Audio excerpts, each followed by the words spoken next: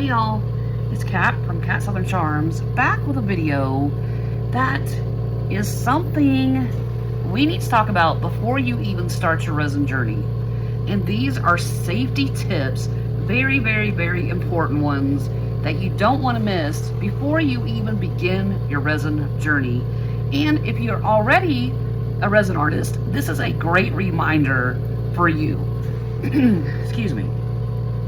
Let's talk about flash cures and fire hazards around resin, okay? The very first thing I want to talk about is the basics. The basics are you don't use fire, even a Brulé torch or a bigger torch, if you're using a resin mold. That is a no-go. Don't do it. There will be people in comments that say, I've done it for years, never had a problem, blah, blah. Great, you've gotten lucky.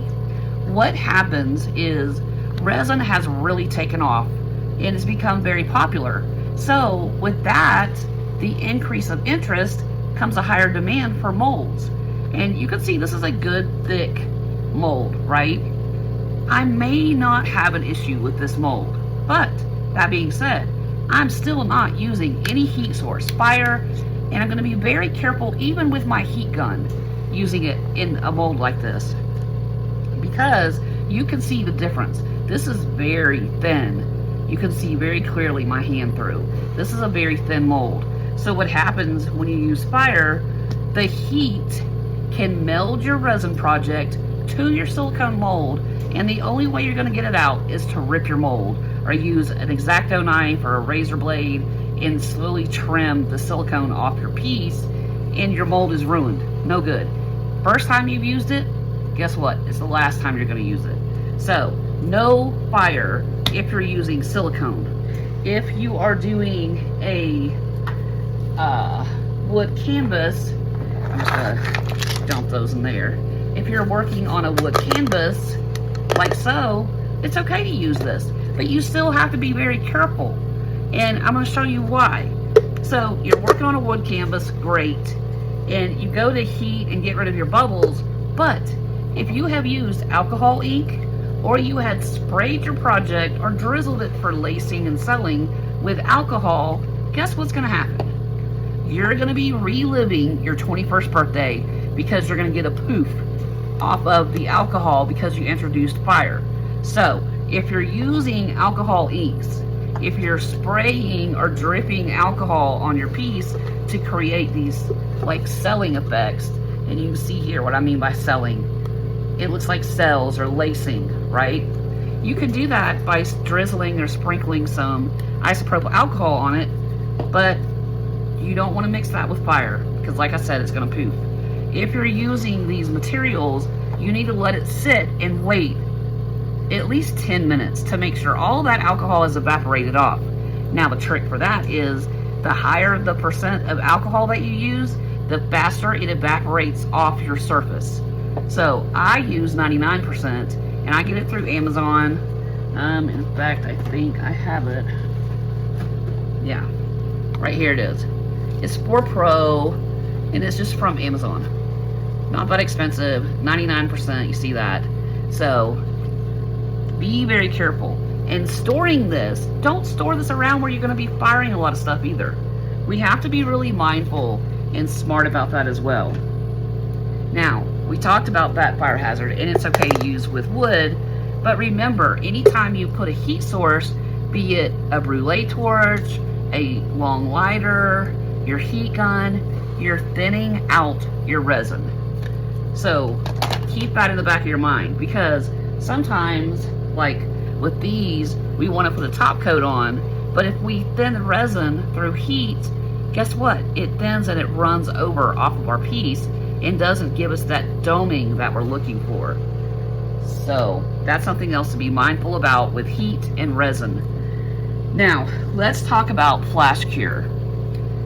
A flash cure, well, let me get all these little blanks out of the way that I'm working on. There we go. A flash cure is explained, well, y'all love my favorite way to explain it. It's like going to a high school prom, right? You have a bunch of raging hormone teenagers and you cram them all into the gym, right? So you have a lot of teenagers, dirty dancing, you know, all that jazz, creating friction and heat, and they're all crammed in one spot. So as an adult, as a teacher, it's much easier to supervise all these kids if we break them out in smaller groups. So we'll take 25 from the gym and put them in the library, right? We'll take another 25, put them in the cafeteria. Take another 25, put them in study hall. That way, it's much easier to chaperone and make sure it doesn't get too hot or things don't get carried away when you only have a smaller amount to watch. That is the same thing as a flash cure. If you put too much resin in a small space, and it can even be just in a cup. If you fill this to the rim and you let this sit, guess what's gonna happen? You're gonna get a flash cure, because molecules from part A and molecules from part B, for lack of better examples, dirty dance, they create friction, right? That's how they create the friction that leads your liquid resin into a hard plastic, like so. So, breaking these out, if you mix a big cup, you need to pour it into smaller cups. So, it's easier to manage that way, and you have less risk of a flash cure. So what happens with a big silicone mold like this is you need to check your brand, first of all. Each brand has a different limitation. Normally, and I'll put that in quotes, the limitation is 1 inch for regular resin. That's just a 1B1 regular resin we use all the time, right? They say don't pour deeper than 1 inch.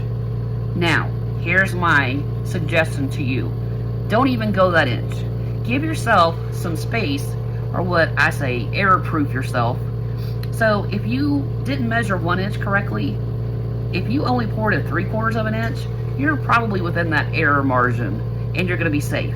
But if you push the limits and you pour it to what you think is an inch, that might be 1.25 inches, you're running the risk of a flash cure, okay? So that is my advice. If you're using deep pour, same thing with deep pour. There are still limitations to what you can pour even with a deep pour. So always check your bottles, always check your brand, and they're gonna tell you specifically what is the limitation even with a deep pour. So I think 2 to 4 inches, depending on what brand and deep pour that you get. So anything above that, you're running into flash cure territory, right? So make sure that you take this very serious. And the reason I'm making this video is because a follower of mine, who I consider a friend, had a fire at her house that started from a flash cure. Now, we're going to talk about one. I just told you how you can avoid that issue. Make sure you pour under the limit. Don't go up to, go under, to give yourself an error range, okay? 2, make sure in your work area you don't have baby wipes that have dried, right? Or any kind of paper. Maybe you have some instructions laying around that are close by. Maybe you have a box of colorants sitting around close by. Be very mindful what you have near and around your workspace. Don't work with tablecloths on your table. Remove that. Don't work near curtains. Remove that or change the location that you are so you're farther away from anything like that that can catch fire. I hate, and I want to make sure, and I want to stress this, we have to be mindful every time we sit down to do resin, because it's a chemical, y'all. You know what I mean? We don't realize it. It's great fun. We have a great time with it. We make beautiful things, and these things rarely happen, but they do happen. So I wanted to make a video to bring awareness and to help you look around your workspace before you start. Is there anything that could pose a risk? Do you know what I mean? Give yourself, a few minutes to look around, make sure you don't have any instructions or paper or any cloth or fabric, any of that nearby. If you do, just move it away from where you're doing your resin, okay? So that's why I made this video. I want to make sure that people are mindful of the risks. Remember that this is a chemical we're working with. That's why we stress so much safety around using this. And it's not just PPE safety. We need to realize that it's much more than just gloves and a respirator, right? You need to make sure that your workspace is clear of anything that could possibly catch fire. We need to make sure that we're not using fire when we're using alcohol, because that creates that poof, like you were 21 again and got a shot. One of your friends bought you that was on fire with 151 and it was so fun. We don't want that to happen, okay? So if you have to remember 21st birthday to remember this safety tip, so be it. But please double check your work area. Make sure there's nothing that will catch fire if you happen to get a flash cure. If you do happen to get a flash cure, get this outside as soon as possible. Put it out on the back patio, take it out to a garage, whatever. Get it outside away from your stuff, okay? Always keep a fire extinguisher handy. Sadly, they had a fire extinguisher, but I mean, honestly, I don't know the full story. I know they tried to use it, and I think that it just spread the fire. It was just already too out of control. And when they tried to use it, it pushed the fire to other things that ignited. So make sure you have a fire extinguisher. Make sure you know how to use it. But the biggest thing is don't leave your stuff unattended, okay? And the crucial times are an hour to 2 hours after you pour. You need to be consistently checking. And if that means that you're putting a thermometer and you're checking the heat, if it starts getting really hot, maybe move it. Or put it on something that you can move it quickly, like put this inside of a metal tray or something like that, a roasting pan or something. So if you do need to move it quickly, you have something you can move it quick with. And double check your area. Like I said, that's number one before you even start. Make sure there's nothing in your area that can pose a risk if something was to go bad. Those are the habits we need to get into. We need to babysit our resin after we pour it. And that means, I know I tell y'all, I'll pour my stuff at night, but I give myself enough time that I'm bubble sitting for an hour. So I give myself an hour to 2 hours before I actually intend to go to sleep to make sure that everything is okay. When I don't have any bubbles, that's really the big one. But I can also watch my temperature and gauge things. If it's really gonna get hot in flash cure, that usually happens within the first hour. So, y'all, those are the tips that I have for you. Like I said, this is something everybody needs to see before they even start their resin journey, because I don't want to have happen to another artist what happened to my friend. I'm really sad for her. It's to the point they have to stay at a hotel. They can't stay in their house. So please take this very serious. Double check everything and remember the rules. No fire with silicone, no fire with any kind of alcohol, alcohol ink, alcohol that you spray or drip to create selling. Don't use fire behind it. You need to let this sit for at least 15 minutes so the alcohol evaporates off before you attempt fire or heat. And that is only if you're on a wood canvas, remember, or something like this that's not silicone, okay? So keep all those little tips and tricks in mind, you guys. You know I love you. I always want to look out for your safety best I can. I hope this helped teach you something or spark that reminder that we all need from time to time. We all get lax and forget things. We're excited about the new project, and we don't take that few minutes to look around and make sure that we don't have anything vulnerable in our area. So leave me a comment. Is there another tip that I missed that helps you, that you think will help others? Let's leave them all down in comments. We help each other, right? We are a community of artists. I love helping beginners. I love helping everybody that I can.